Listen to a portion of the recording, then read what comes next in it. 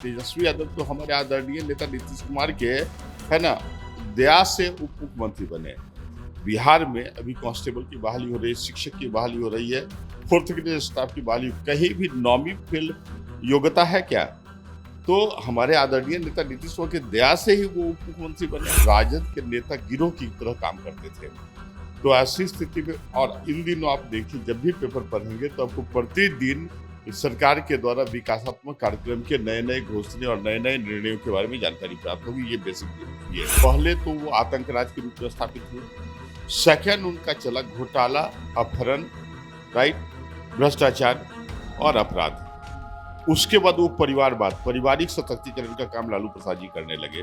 24 के लोकसभा चुनाव के दौरान एक नई प्रवृत्ति राजद में आ गई, झूठा बयानबाजी। सामाजिक न्याय के आड़ में अपने परिवार को सशक्त करने का प्रयास करते हैं, अपराध और भ्रष्टाचार को प्रमोट करते हैं। आप देखिए 17 महीने जिस समय और ये तेजस्वी जी हम लोग के साथ रहे, उस समय प्रत्येक जिले में अपराध की घटनाओं में वृद्धि हुई है। आप रिकॉर्ड देखिए, 24 के लोकसभा चुनाव में देखा था ना, तेजस्वी जी का स्टेटमेंट था कि मैंने बने ये हेलीकॉप्टर को ट्रैक्टर बना दिया।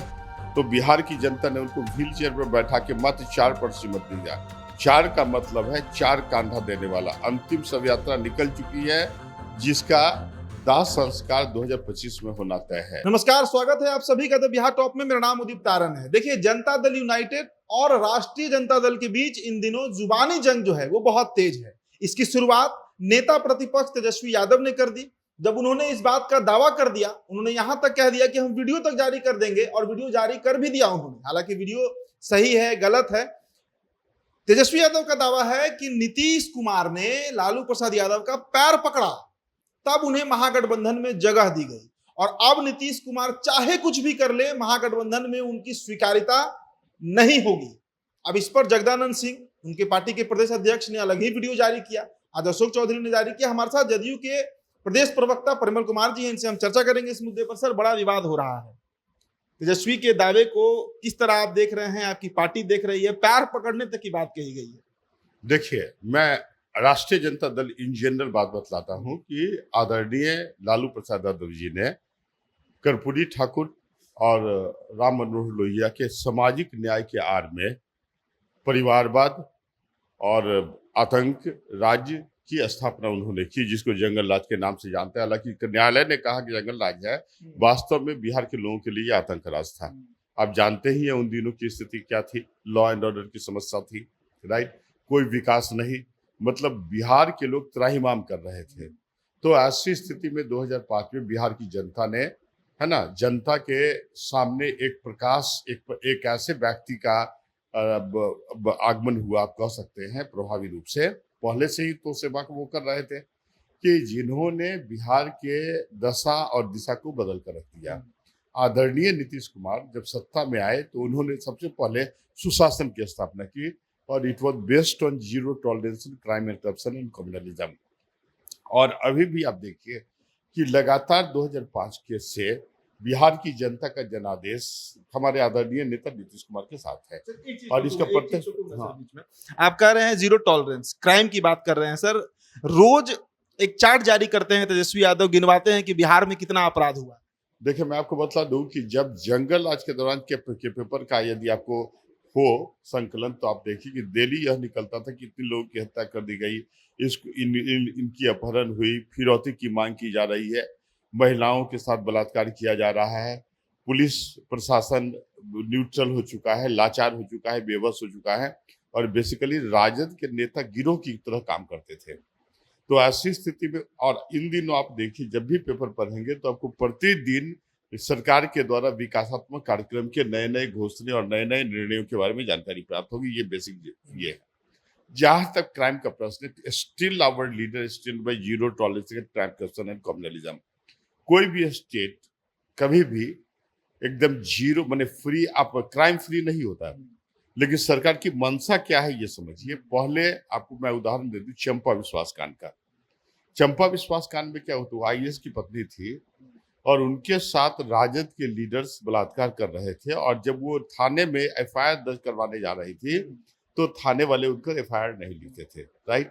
लालू जी भी पर्टिकुलरली उनके जो रिक्वेस्ट थे उनको दरकिनार, और इन लोगों ने यह कहना शुरू किया कि भाई जिस तरह का होता है चलने दो। परिणाम स्वरूप आप देखिए कि वह महिला कंपेल्ड थी to go through family planning operation, कि नहीं उनकी कार्यकलाप, उनके साथ बलात्कार, शारीरिक शोषण होता रहेगा। वह दुर्दशा थी बिहार की। आज देखिए कोई क्राइम होता है तुरंत एफआईआर, और यदि इंडिविजुअल किसी व्यक्ति को के विरुद्ध नहीं होता तो 0 एफआईआर लॉन्च करने की प्रक्रिया है। ऑनलाइन और एफआईआर कर सकते हैं, और सरकार त्वरित उसके लिए एसआईटी गठित करती है। फास्ट ट्रैक कोर्ट की स्थापना सरकार ने की, विमेंस हेल्पलाइन की स्थापना की। मतलब प्रत्येक सेक्टर में सरकार ने एक पुख्ता अरेंजमेंट सुशासन के लिए किया। तो ऐसी स्थिति में मान लीजिए कि छिटपुट घटनाएं होती है तो सरकार निश्चित रूप से, आप देखिए अधिकांश घटनाओं में तो विदिन 48 आवर अपराधी पकड़ाते हैं और उनको कड़ी से कड़ी सजा सुनाई जाती है। सर, इतना होने के बाद भी तेजस्वी दावा कर रहे हैं कि नीतीश कुमार पैर पकड़ के आए हैं हमारे। देखिए तेजस्वी यादव या आरजेडी के पूरे इतिहास को आप देखें ना, सिंस इट्स इंसेप्शन, तो आपको फील होगा कि पहले तो वो आतंक राज के रूप में स्थापित हुए। सेकंड उनका चला घोटाला, अपहरण, राइट, भ्रष्टाचार और अपराध। उसके बाद वो परिवारवाद, पारिवारिक सशक्तिकरण का काम लालू प्रसाद जी करने लगे। और इन दिनों मतलब 2024 के लोकसभा चुनाव के दौरान एक नई प्रवृत्ति राजद में आ गई, झूठा बयानबाजी। जैसे तेजस्वी यादव जी ने लोकसभा चुनाव के दौरान कहा कि हमने 17 माह के शासन के दौरान रोजगार उपलब्ध कराया 5 लाख। आप समझिए कि तेजस्वी यादव तो हमारे आदरणीय नेता नीतीश कुमार के, है ना, दया से उप मुख्यमंत्री बने। बिहार में अभी कांस्टेबल की बहाली हो रही है, शिक्षक की बहाली हो रही है, 4th ग्रेड स्टाफ की बहाली। कहीं भी नॉमी फेल योग्यता है क्या? तो हमारे आदरणीय नेता नीतीश कुमार की दया से ही वो उप मुख्यमंत्री बने। और इस तरह के, और न जैसे अधिकांश जो बहालियां उस क्रम में हुई वह तो शिक्षा विभाग में हुई। तो क्या तेजस्वी जी शिक्षा मंत्री थे या बिहार के मुख्यमंत्री थे? यह उस समय प्रस्ताव पारित हुआ था जिस समय हम लोग एनडीए के साथ थे और विजय कुमार चौधरी जी शिक्षा मंत्री थे। उसी समय प्रस्ताव पारित हुआ, प्रक्रिया चली, और जब हम लोग महागठबंधन में थे उस समय जब प्रक्रिया आगे बढ़ रही थी, तो मैं आपको बतला दूं, हमारे आदरणीय नेता नीतीश कुमार शिक्षा के क्षेत्र में क्वालिटी और क्वांटिटी दोनों पर विश्वास करते हैं। और यही कारण कि उन्होंने, उनका ये व्यक्तिगत उनकी रुचि थी कि हम रिक्रूटमेंट प्रोसेस बीपीएससी के माध्यम से करवाएं। उस समय चंद्रशेखर जी जो आरजेडी कोटे के मंत्री थे, उन्होंने सिग्नेचर तक नहीं किया। मतलब बीपीएससी को जो ट्रांसफर किया गया है वो एसीएस के हस्ताक्षर से। और चंद्रशेखर जी शिक्षा की बात कहाँ करते थे? वो तो देवी देवता और रामायण के को गाली देने में अपना समय व्यतीत करते थे, है ना। तो ये भ्रष्टाचारी लोग हैं, इनको विकास अर्थ से कोई मतलब करने वाला बात कितना सही है, क्योंकि बड़ा विवाद है, बड़ा अजीब बात है। नीतीश कुमार पैर पकड़ रहे हैं आपके नेता। एबनॉर्मल स्टेटमेंट है, क्योंकि वो अनपढ़ है ना, बेसिकली उनको तो मैच्योरिटी है नहीं। वो तो पिता के आशीर्वाद से राजद के लीडर बने हैं। अब समझिए ना कि बिहार के युवा हैं, काफी तेज तर्रार हैं, कभी पढ़े लिखे। ऐसा तो नहीं है कि बिहार के युवाओं में पॉलिटिकल इंपॉर्टेंस डेवलप कर गया है। वो कैसे नॉमी फेल को अपना शासक बनाएंगे और अपना मुख्यमंत्री बनाएंगे, ये तो आउट ऑफ क्वेश्चन है। बेसिकली बेसिक स्थिति क्या है कि अभी कुछ दिनों पहले नीतीश कुमार ने यह स्पष्ट किया था कि हम कभी राजद के साथ नहीं जाएंगे। इन लोगों की अपेक्षा थी या आशा ये कर रहे थे, सपना देख रहे थे दिन में कि फिर हमको मौका मिलेगा, आदरणीय नीतीश कुमार फिर आशीर्वाद देंगे। देखिए 2 बार, फर्स्ट बार जब नीतीश कुमार ने इनको आशीर्वाद दिया था उस समय ये आईआरसीटीसी मामले में चार्जशीटेड हुए, तब राजनीतिक रूप से उनको चलता कर दिया गया।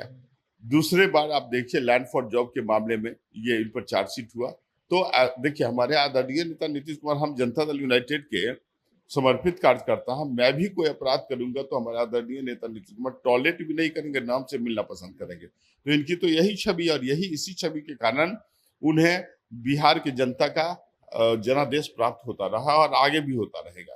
तो ये, और दूसरी बात, तेजस्वी यादव जी ने जिस जो फोटो दिखलाया है उसमें आदरणीय नीतीश कुमार राबड़ी देवी जी को नमस्कार कर रहे हैं। आप देखिए इस बात को, ये चंपा विश्वास मॉडल तो चलता नहीं है।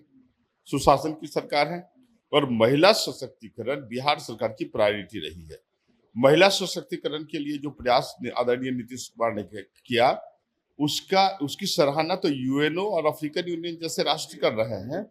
तो ऐसी स्थिति में चूंकि अनुशासन के वाले हमारे आदरणीय नेता नीतीश कुमार हैं, तो कोई भी, यदि कोई महिला भी होती है तो हम लोग भी जेडीयू और आरजेडी के कैडर में बहुत अंतर है। वो अताई और प्रताड़ित करने वाले लोग हैं, हम लोग महिला को सुरक्षा और सम्मान देने वाले लोग हैं। राबड़ी देवी जी तो पूर्व मुख्यमंत्री रही हैं, तो स्वाभाविक है कि हमारे सामने भी वो आएंगे तो मैं उनको नमस्कार और अभिवादन करूंगा। तो इस तरह के चित्र को दिखलाकर वो जनता को जो गुमराह करने का प्रयास करते हैं। मैं आपको बतला दूं, 2024 में इन्होंने जो नौकरी देने की बात की थी, तो बिहार के युवाओं ने नोटिस लिया ये गलत बयानबाजी कर रहे हो, जिसकी परिणति ये हुई कि बिहार के युवा, बिहार के लोग ने आरजेडी के गाल पर करारा राजनीतिक थप्पड़ जरा था और मात्र 4 पर सिमट के रह गई थी।